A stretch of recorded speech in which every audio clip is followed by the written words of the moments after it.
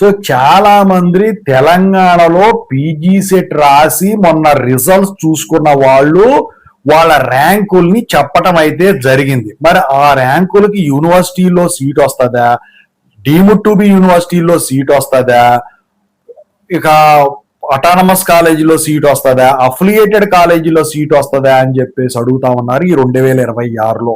So దాని గురించి ఈ వీడియో చేయటం అయితే జరిగిందనమాట. ముందుగా అయితే ఇంతవరకు ఈ ఛానల్ సబ్స్క్రైబ్ చేసుకొని వాళ్ళు ఎవరైనా ఉన్నట్టయితే సబ్స్క్రైబ్ చేసుకోండి, వీడియోని లైక్ చేయండి, షేర్ చేయండి. మీకు గనక నాతో మాట్లాడాలని ఉంటే కాల్ మీ 4 ద్వారా కాల్ చేయండి. తెలుగు ఇంజనీరింగ్ ఎడ్యుకేషన్ టెలిగ్రామ్ ఛానల్లో జాయిన్ అవ్వండి. ఈ వీడియోకి ఒక హైప్ ఇవ్వండి. ఇక టాపిక్ లో పెడితే కామెంట్స్ లో నాకు వచ్చిన మొదటి కామెంట్ ఓసీ క్యాండిడేట్ వచ్చేసరికి పీజీ సెట్ లో ఒక అమ్మాయి 141 ర్యాంక్ వచ్చింది, అంటే 141. అయితే ఆ ర్యాంక్ కి ఉస్మానియా యూనివర్సిటీలో సీట్ వస్తుందా రాదా అని చెప్పేసి అడగటం అయితే జరిగింది. ఇక్కడ మీరు ఒకటి గమనించాలి, కోడ్ బ్రాంచెస్ అయితే ఆ 141 ర్యాంకుకి మీకు ఓసీ అయినట్టయితే ఉస్మానియా యూనివర్సిటీ అయినా జేఎన్టీహెచ్ కైనా వస్తుంది. కోడ్ బ్రాంచెస్ అంటే ఏంటి? ట్రిబుల్ ఈసీఈ, మెకానికల్, సివిల్ ఇలాంటి వాటిలో అనమాట. ఎందుకంటే వాటి అడ్మిషన్లు మీ టైంలో చాలా తక్కువ, దారుణంగా అంటే దారుణంగా ఉన్నాయి బీటెక్ చదివేటప్పుడు. మరి ఇప్పుడు బీటెక్ చదివిన వాళ్ళే ఇప్పుడు ఈ పీజీ సెట్ రాసి గేటుకు వెళతారు కాబట్టి వీళ్ళు కంపల్సరిగా మరి ఇది పీజీ సెట్ రాయాల్సి ఉంటుంది కాబట్టి, సో ర్యాంకు తక్కువ వచ్చింది కాబట్టి కాంపిటీషన్ తక్కువ ఉంటుంది. ఎందుకంటే అడ్మిషన్స్ తక్కువ ఉన్నాయి కాబట్టి రాసేవాళ్ళు కూడా తక్కువ ఉంటారు కాబట్టి మీకు యూనివర్సిటీలో, గవర్నమెంట్ యూనివర్సిటీలో వచ్చేదానికి ఉంటుంది సీటు. ఇది మొదటిది. ఇక ఎస్సీ, ఎస్టీ, బీసీ వీళ్ళకి వచ్చేసరికి 500, 1000 లోపు ర్యాంక్ ఉన్నా కూడా గవర్నమెంట్ యూనివర్సిటీలో ఈ కోర్ బ్రాంచెస్ లో అయితే మీకు సీట్ వచ్చే విధంగా ఉంటుంది ఈ సంవత్సరము. ఇక సిఎస్సి వాటి సబ్ బ్రాంచెస్ గురించి మాట్లాడుకుంటే ప్రతి ఒక్కరు కూడా సిఎస్సి వాటి సబ్ బ్రాంచెస్ లోనే జాయిన్ అయ్యారు, సైకోలు చేరినట్టు చేరారు అనమాట. సో ఏంటంటే అందరూ పోతున్నారు, ఇక దాంట్లోకి అదే కావాలి, ఇక కూరగాయలు అమ్ముకున్నా పర్లేదు, ఏమమ్ముకున్నా పర్లేదు అని చెప్పేసి అలా చేసి దెబ్బతిన్నా పర్లేదు అనుకొని వీళ్ళు అందుట్లో జాయిన్ అవడం జరిగింది. అయితే ఇప్పుడు వచ్చేసరికి సాఫ్ట్వేర్ లో ఫ్రెషర్స్ అంత ఇదిగా తీసుకోవట్లేదు కాబట్టి బయటకు వచ్చే వాళ్ళ సంఖ్య ఎక్కువ ఉంది, పాస్ అయ్యే వాళ్ళు. ఇంకా గ్రేస్ మార్క్స్ అది ఇంకా ఇవ్వాలి R22 వాళ్ళకి, అది ఓడిస్తే R18 వాళ్ళకి ఇచ్చినట్టు అప్పుడు ఇంకా కాంపిటీషన్ పెరుగుతుంది. ఇక ఆ ర్యాంకులకి ఇప్పుడు ఏదైతే కేటగిరీలు చెప్పానో ఇప్పుడు కోర్ బ్రాంచెస్ కి వచ్చిన వాళ్ళకి వచ్చినట్టు ఆ ర్యాంకులకి అయితే యూనివర్సిటీల్లో, గవర్నమెంట్ యూనివర్సిటీలో సీట్ రాదు. ఇక డీమ్డ్ టు బి యూనివర్సిటీలు కానీ, అటానమస్లు కానీ, అఫిలియేటెడ్ కానీ వీటిల్లో వస్తుంది. అన్నిటికంటే ఈజీగా వచ్చే కాలేజెస్ ఏవంటే అఫిలియేటెడ్ కాలేజ్, చాలా తక్కువ ఉన్నాయి కాబట్టి వాటిల్లో వచ్చేస్తుంది సీటు ఈజీగా. ఇక ఆ తర్వాత అటానమస్ కాలేజీలో కూడా ఈజీగా వస్తుంది. డీమ్డ్ టు బి యూనివర్సిటీలో కొంచెం పర్లేదు వచ్చేస్తుంది, కానీ గవర్నమెంట్ వాటిల్లో మాత్రం ఇందాక వరకు ఏదైతే చెప్పానో అది. సో ఓవరాల్ గా ఈ సంవత్సరం చూసుకుంటే కాంపిటీషన్ హెవీ. ఇక నేను చెప్పే ర్యాంకులు ఈ సంవత్సరం వచ్చేదాన్ని బట్టి చూసుకోండి. ఇప్పుడు ఓసీలో ఎవరైనా కానీ ఫర్ ఎగ్జాంపుల్ కోర్ బ్రాంచెస్ లో అయితే 400, 500 ర్యాంకు వరకు గనక వచ్చినట్టయితే పీజీ సెట్ లో జేఎన్టీహెచ్ లో అయితే ఖచ్చితంగా సీటు వస్తుందండి.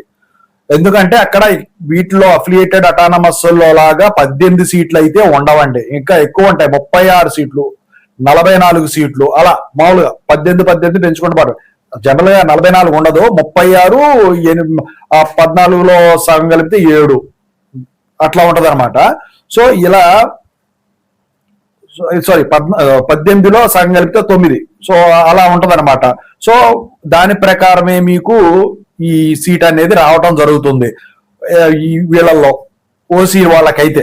ఇక ఏదైనా కానీ కంప్యూటర్ సైన్స్ దానికి మాత్రం 1000 పైన వచ్చినా ఇక మనం చెప్పలేము అనమాట. 1000 లోపు వచ్చినా కష్టమే, ఎందుకంటే ఓసీలో అంత కాంపిటీషన్ ఉంది. 100 లోపే రావాలి మీకు గవర్నమెంట్ వాటిలో రావాలి అంటే.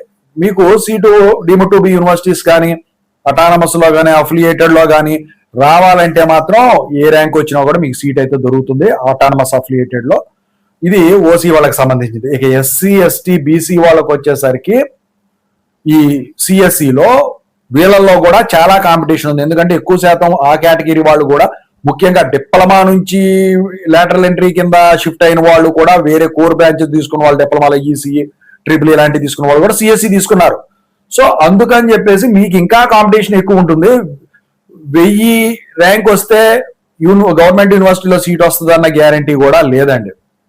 ఓకేనా, మీకు 100 లోపు వచ్చినా కూడా కష్టమే. ఎందుకంటే ఇక్కడ మీరు ఒకటి వేసుకోండి, ఉస్మాన్ యూనివర్సిటీ ఫర్ ఎగ్జాంపుల్ ఒక కంప్యూటర్ సైన్స్ ఉంది, దాంట్లో 18 సీట్లు కౌన్సిలింగ్ లో ఉన్నాయి, అందులో 6 కేటగిరీ 6 మేనేజ్మెంట్ ఉన్నాయి, అంటే 12 సీట్లు ఉంటాయి. కాబట్టి ఆ 12 సీట్లు ఎస్సీకి ఇన్ని, ఎస్టీకి ఇన్ని, బీసీకి ఇన్ని, ఓసీకి ఇన్ని, ఈడబ్ల్యూఎస్కి ఇన్ని అని చెప్పేసి వాళ్ళు డివైడ్ చేస్తారు. దాని ప్రకారం చూసుకున్నప్పుడు మీకు ఫర్ ఎగ్జాంపుల్ 3 ఉన్నాయి అనుకోండి, ఓసీకి నాకు తెలిసి 2, ఎస్సీకి 2, ఎస్టీకి 2 ఇలా ఉంటాయి, బీసీకి 1, ఓసీకి 1 ఇలా ఉంటాయి 12లో ఉన్నప్పుడు మీరు ఎక్కువ మంది ఉన్నారు కాబట్టి ఇప్పుడు 100 ర్యాంక్ వచ్చినా కూడా ఆ ర్యాంక్ కి ఇది అవడం కష్టమే. అందుకే 10లోనే మీకు ర్యాంకు రావాల్సి ఉంటుంది ఎస్సీ ఎస్టీ బీసీల వాళ్ళకు, ముఖ్యంగా ఎస్సీ ఎస్టీల వాళ్ళకు కూడా. సిఎస్సిలో ఓసీ వాళ్ళైనా అంతే, ఓసీ వాళ్ళు కూడా కష్టమే ఇక రావటం.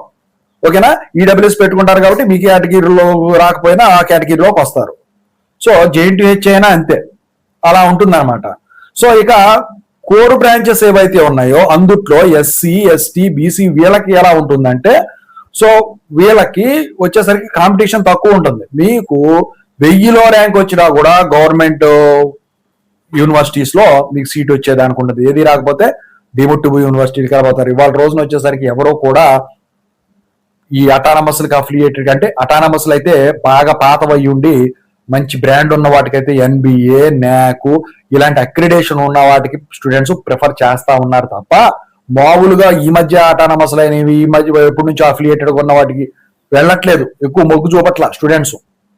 అయితే ఇక్కడ ఏంటంటే ఆ అటానమస్ లో అఫిలియేటెడ్ ఈ మధ్య అయిన వాటిలో ఏంటంటే అందుట్లో చదివిన స్టూడెంట్సే వాళ్లే పెట్టుకొని వీళ్ళు మోటివేట్ చేస్తున్నారు కాబట్టి వీళ్ళంతటి వీళ్ళు దాంట్లో జాయిన్ అవుతున్నారు కాబట్టి ఆ సీట్లు 12 సీట్లకి 6, 5 ఏదో ఒకటి అవుతున్నాయి. ఈ మేనేజ్మెంట్ లో అంటే ఎవరు జాయిన్ అవ్వట్లేదు వాళ్ళ రోజున, ఎందుకంటే సీటు ఎట్లా పడితే అట్లా కోడ్ దాంట్లో దొరుకుతుంది. కంప్యూటర్ సైన్స్ దాంట్లో అయితే మేనేజ్మెంట్ కూడా పోతున్నారు. కానీ ఇక ముందు నాకు తెలిసి ఆ కంప్యూటర్ సైన్స్ కూడా ఎవరు ఓరు, ఎందుకంటే అడ్మిషన్స్ పక్కన పెడితే ఈ అలాట్మెంట్ ఏమంటాం ప్లేస్మెంట్స్ వచ్చేసరికి చాలా దారుణంగా ఉన్నాయి. ఎక్కడ చూసినా కూడా కాలేజీలని నేను అన్న కానీ ఇక్కడ జనరల్ గా 2 రకాల ప్లేస్మెంట్స్ ఉంటాయి, ఒకటి ఆన్ క్యాంపస్, ఇంకోటి ఆఫ్ క్యాంపస్.